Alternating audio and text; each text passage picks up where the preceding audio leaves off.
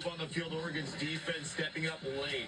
Mateo Uyunglele, that's DJ's younger brother with the pick right there. Seals the deal. The Ducks, number one in the country, escape with the win, 16-13.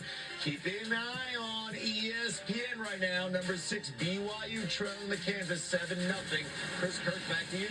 Welcome back to the Sanford Stadium. Ducks host the Huskies. That's their last regular season Big Ten game, and we had the pleasure of broadcasting 2 of those last year. Huskies and Kellen DeBoer went 2-0. I think Lanning might want payback at home. Yeah, with everything on the line. Not to mention that's such a big rivalry to begin with. So defense, finally for Georgia, gets a stop and right back to work is Carson Beck. To Ben Jurasek. The tight ends have been enormous tonight for the Dogs. That's a big play. Picked up 21. Yeah, sure is. Linebackers' eyes in the backfield. Georgia going some tempo here of their own with that 7-point lead. Talk about big plays in the passing game, Kirk. That is 6 20-plus yard gains by 6 different players on the Georgia roster. Laura? Yeah, we're hearing this Tennessee secondary down here, guys. They're saying we can turn this around right now, referencing the rhythm that Georgia's passing game is in. Andre Turrentine, the safety, saying 25 more plays, guys. Go be legends, and we'll go home really happy tonight. And they make a play to turn this around because Beck is looking like Carson Beck we expected to see just about every game.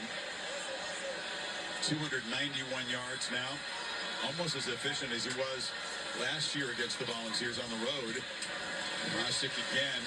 Tennessee, by the way, doesn't have a 20-yard pass play all night. And Georgia with a bunch of different guys.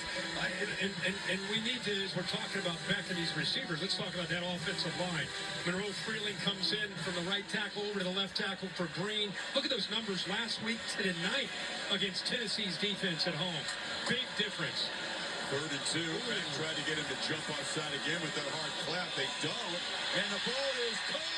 He fit it in a back shoulder throw to Humphries in front of McCoy.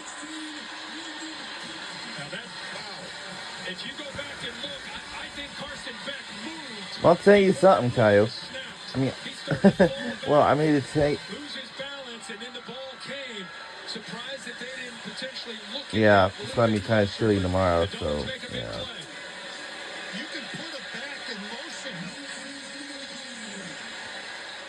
He was moving as the ball was snapped.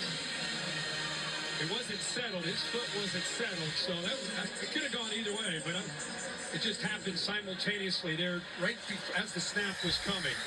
Tennessee's going to have to rotate, keep trying to stay fresh here in this 4th quarter. That was a hockey line change. 2nd and 2. That was a big downhill run by Frazier. The Dogs smell blood.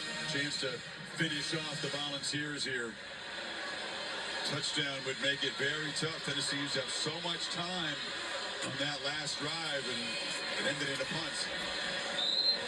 Chauncey Bowens knocked down. It'll be 3rd and 1. It's out of 6 minutes to play now.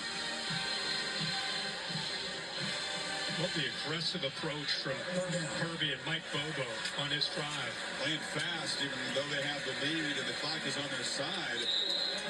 And it's going to be just enough for a first. And the drive continues.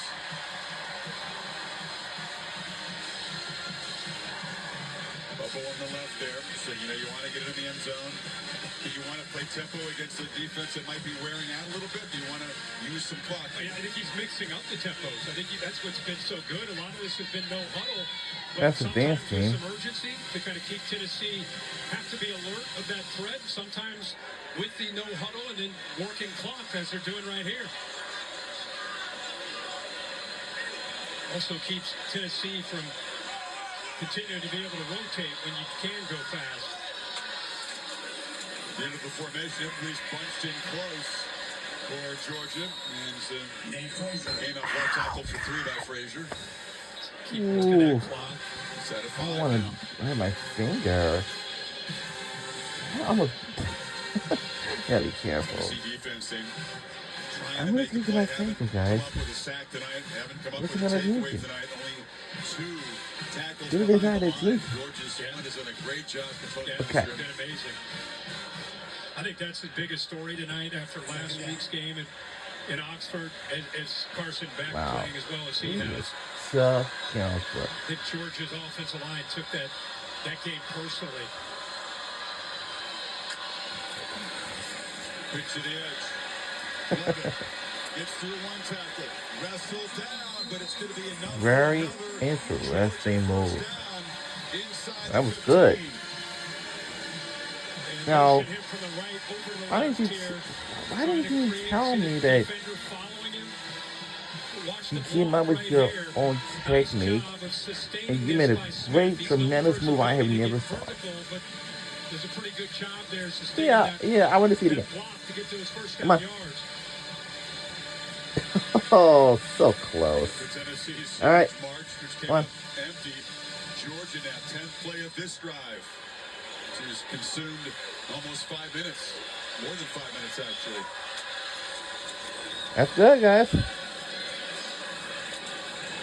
He's going to minutes up all summer long with no problems, right? Nope.